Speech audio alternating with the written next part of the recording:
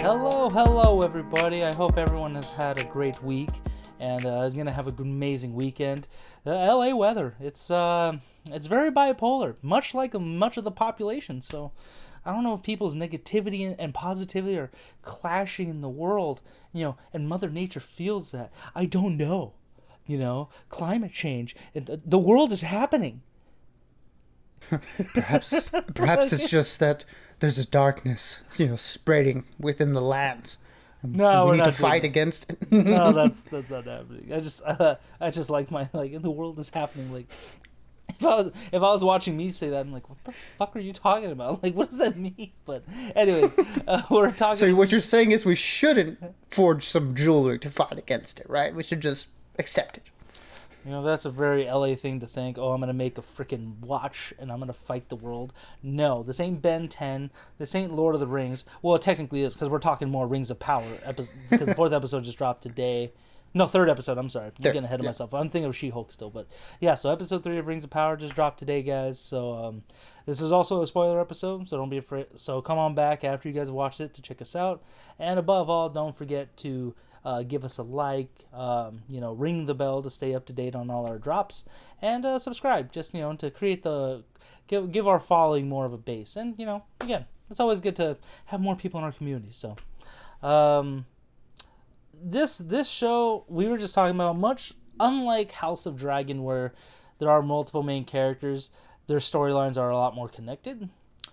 Rings of Power is completely the opposite. These characters are definitely nothing really related to each other because it's about a couple elves, some midgets, and a couple dudes, and they're just all over the place. But going with that, Bern, which plot line should we talk about first? Because there's like the main three, really. I think the best place to start is the one that really had the least amount of movement in terms of overall plot, and that would be the Harfoots stuff. Like, there really wasn't a lot of much like that went on there. Like, it really went from just like, okay, like we're gonna plan on moving to, okay, now we're moving. Like there wasn't really much of a big plot thing going on here. No big reveal with the stranger or anything like that. So there's not much to talk about on this aspect, unless there was anything that jumped out to you.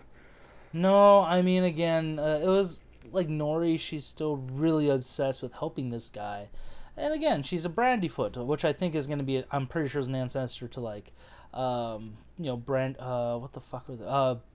What are the two hobbits' names? There's Frodo, Sam, Pippin, and Merry and Pippin. Merry and Pippin, yeah. Mary is a brandy buck, so I think that's kind of like maybe that's an ancestor. I don't know. Essentially everyone's an ancestor to the characters, but yeah, I mean, we don't know why the stranger freaked out at seeing the stars. He knows something's up. We obviously never got an answer to that, so that was like nothing really helpful. I feel like that plot line was kind of just shoehorned in this episode without it like really revealing anything. It just added a little like intensity because she's sneaking into. I forgot the dude's name, but the main leader of the Harfoots is Static. Static, thank you. She just hopped into his hut, stole that paper, and then the dipshit stranger burned it alive. This caveman's never seen fire before, God forbid. So that was a whole thing. But then they're like, oh well, he'll help us. We help him just because the whole migration thing, and the father still hurts. So that was that's cool, I guess. It was kind of worthless.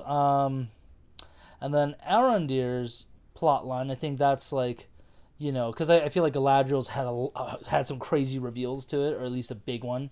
So Arondir's, I didn't realize he got captured the last episode. I may have missed that or something, but we see him dazed and confused, and that's when we get our first full glimpse of these orcs, these ancient orcs, which was pretty cool. I'm liking the design more and more. The last one we saw was kind of like a blind, stupefied orc and stuff, just kind of bewildered.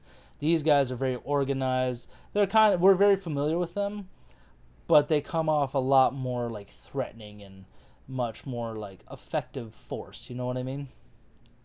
Yeah, they definitely were like very organized towards like a certain goal. I mean, currently right now all we know is that they're digging for or to something. We don't know what it is that they're looking for at the time right now.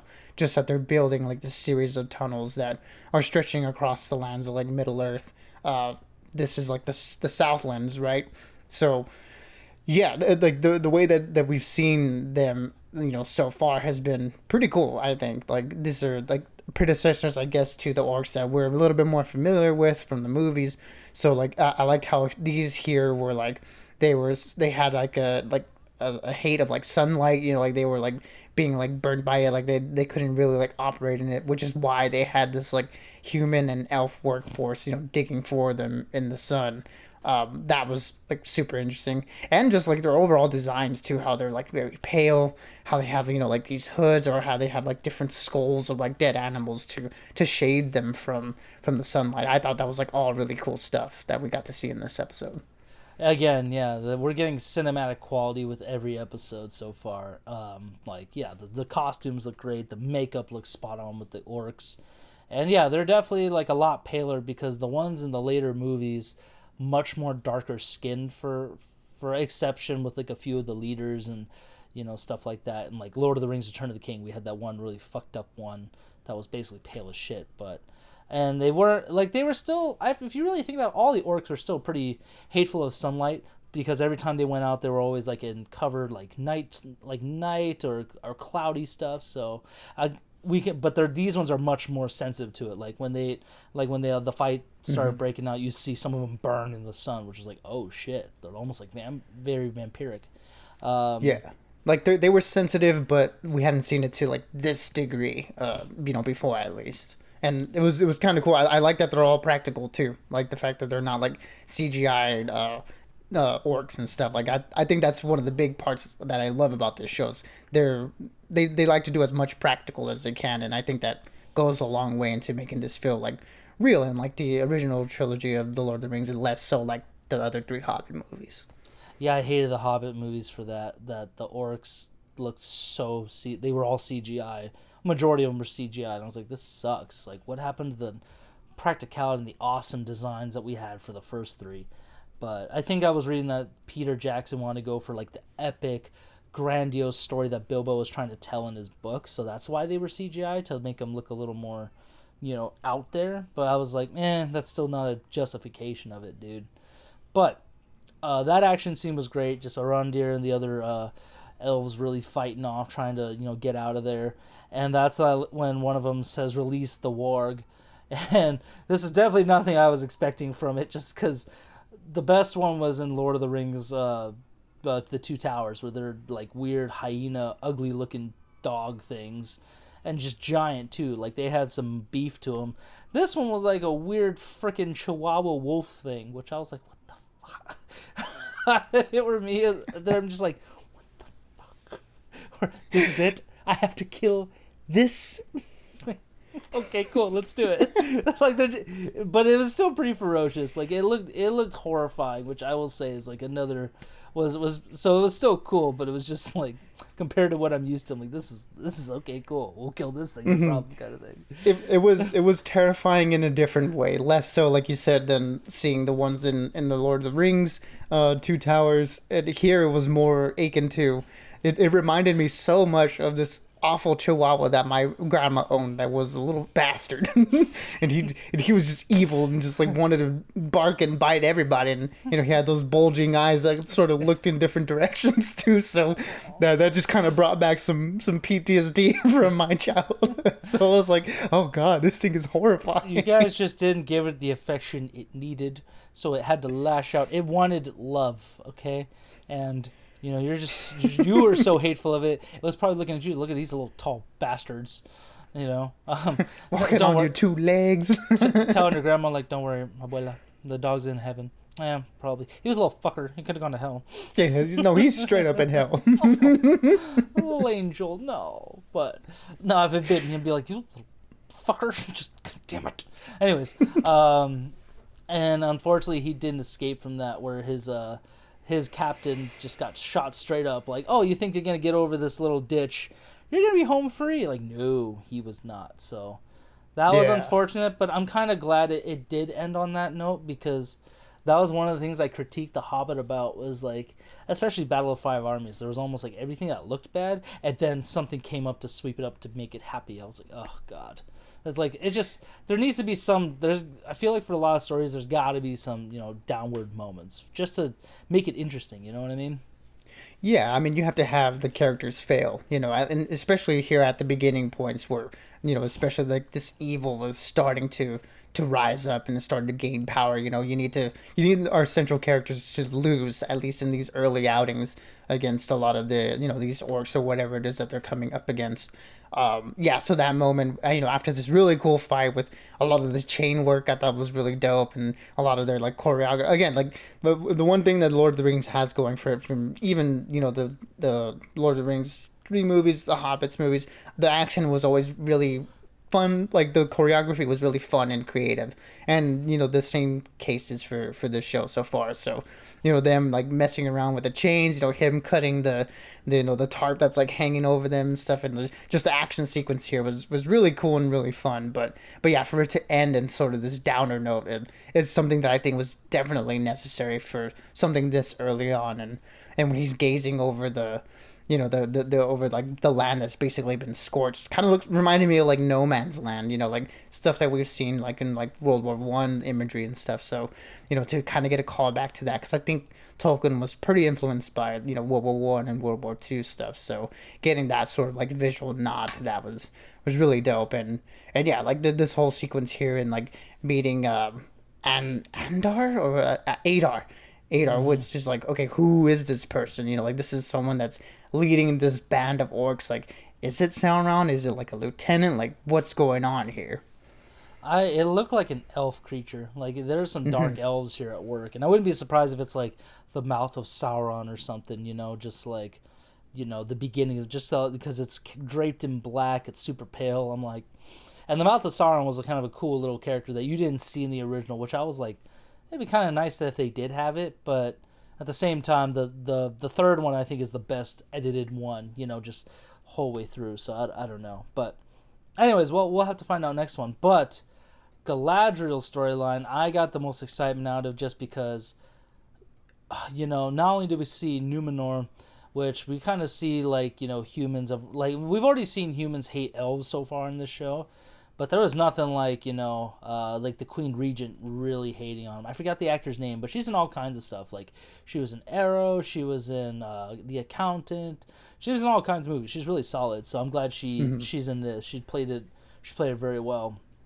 Yeah, Cynthia Adai Robinson. Yeah, she's playing Muriel. Yeah, she was really cool. She was Waller in I forgot what was it, like Arrow. Yeah. Right. Yes, and she did a pretty decent job of playing Waller there. So to get her here, kind of being a little bit of a blowhard, like a kind of a jerk to the main characters, is kind of like, oh, okay, like she plays that part well. So I think she did a really good job here.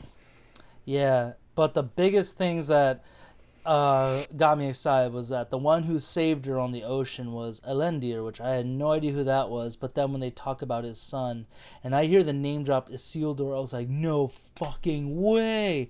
They're the two that lead the charge of men with Elrond against Sauron, which is pretty great. So like looking at them, I was like, damn, that's also solid casting, because they do look like the original actors that played those guys in the first 3 movies. So I'm really liking that part of this show. And I don't know if I talked to you about it after, but rewatching these episodes like during the week and stuff, I kept thinking like the way the map is set up, the Southlands, I was like, okay, there's shit happening with Hordem, all this, like people are disappearing, orcs are coming back. I was like, I think the Southlands is supposed to be Mordor. Like that whole, because Mordor is like a giant fucking country. Like if you watch the original movies, you see it massively dark. And that would make sense. Like when we see like how you're talking about the No Man's Land, I'm like, I wouldn't be surprised if they're carving the borders of Mordor to seal it off or something. But I'm glad that kind of confirmed it for me. I was like, oh my God, I'm smart. I knew it. I win. So I thought that was really cool. Yeah, that was a pretty prevalent theory that a lot of people are wondering, like, is this like weird sigil or like this sign that we're seeing like carved into things and carved into Galadriel's brother, like could that be like what Mordor is, like, or what we come to know as Mordor? And the fact that was confirmed in this episode, I was like, okay, that is pretty cool. Like everything that we're seeing in the Southlands just is pre-Mordor, like this is what it looks like before it becomes like this disgusting hellscape that we see in the movies and stuff. So, to get a kind of a look at that, before that happens is It's pretty cool to see, I think, and yeah, to see Numenor was pretty freaking awesome. Like again, the visuals in this show was, you know, better like than anything I've seen on TV ever, and then like this especially, like Numenor and like the architecture and just like the design of it all was so cool. Like I like how it has like a little bit of like architectural similarities to Gondor. You know, like how it's like the buildings are carved out of the sides of a mountain and stuff. Like all of it was so awesome to look at. Well, I think what I think is gonna happen is that the sister Arondir, like Isildur's sister, how she got accepted into the Builders Guild, they're gonna migrate over to Gondor and like right next to Mordor, and that's because yeah, like looking at it, like the way the White Tree was and all that stuff, it was very reminiscent. Like so this is essentially a precursor to to Gondor. Like this is where they got their influence from or something. So I thought that was really neat, and again, Galadriel, she's just a stubborn woman just trying to get on her mission. But again, it was just a lot of, I think her storyline had the best like momentum for this show, like keeping it forward. Anything else pop out at you for this one? I mean, like her like coming to a head against the Queen region there, and like yeah, like discovering this whole thing with this like the plans being laid for Mordor, and at the same time discovering the true identity of Halbrand that he is the king, or is supposed to be the king of the Southlands, and that he is a descendant of the men who were the ones who pledged allegiance to Morgoth, in the battle that happened before. So just finding out about all that, it's like, oh snap! Shit. What if he's the Witch King? Yeah, so it's like, is this dude the Witch King, or is he just like like a Nazgul or something? Like, what is his journey? Like, it makes me even more interested to see like where his like story goes, because we see he has like when he's there in Numenor, he wants to, he's that sort of like he's that reluctant king archetype, sort of like an Aragorn, but I think they're playing on those similarities to sort of like pull the rug out from underneath us. We're gonna go in expecting, okay, he's the king, he's the rightful king who doesn't want it, but he has to do it, to save the world and stuff. But I don't think it's gonna work out for him, just because we know where this story ends and like how these rings of power tend to corrupt these men and stuff. So yeah, to see him sort of like snake his way through Numenor, getting in that tussle with those guys, which was brutal, by the way. Like him like fighting off those dudes and breaking that one guy's arm against the rock. Is like, this guy's got a vicious streak about him. So I think they're laying the seeds there for his probable turn at the end of this series or something. Again, it would make the most sense that the whole being a king of the Southlands and stuff. At the Witch King city, I forgot, I don't know if it is Angmar or what they called it, but the green city or something in there, that is the Witch King's stronghold, and he does say no man can kill me, kind of like what these blacksmiths try to do to him. So it's like, I don't know, we'll have to see, but he's a very interesting character. He definitely has a dark side to him, and I think he's trying to steer himself away from that. But like Elrond said in the first or second episode, that Galadriel's journey to stop evil is the thing that brings about evil. So, who knows, man? Other than that, it was just another solid episode. Sucks we have to keep waiting another week for it, but yeah. Anything else, Burn, or or was that pretty much it for us? Because like we didn't get anything with Doran and Elrond, which is something that I really wanted to see. Those were my two favorites coming out from the second episode, so nothing to report on that end. But yeah, like hopefully we'll see where the Harfoot story goes in here, and maybe in like next episode we'll get a little bit more answers with the stranger, because now he's starting to talk a little bit more, and they're on this road and this migration. So I guess we'll see where that leads them, but. Other than that, not a lot of anything else to talk about. It is cool seeing, Numenor and like you said, Isildur and Elendil. I can't say Arondir. Yeah, I can't say it either. It's hard. These names are weird. Yeah, so getting like a little bit more of the politics going on here in Numenor, and their sort of like their battle with the elves and stuff. That'll be interesting to see going forward. So a lot of really cool storylines that we're getting, in these first 3 episodes, and it'll be interesting to see where they start to like converge, in these next few episodes by the end of the season. So yeah, I'm all in on this show. This is really cool stuff. Absolutely. And guys, what are you think? How are you liking the show so far? Please let us know in the comments. We'd love to keep the conversation going. We got House of Dragon coming out this weekend again. And, if you guys haven't gone to the movies, there's still a good slew of them in theaters, so don't be afraid to check them out. Like Spider-Man with the 11 minutes of footage is still out. Jaws is still there. Bullet Train was back in IMAX, at least in the theater by me. So a lot of good stuff. Until next time, guys, as always, though, stay bodacious and keep on ranting for the both of us. Yeah, everybody be good, be safe, and we'll catch y'all on the next one.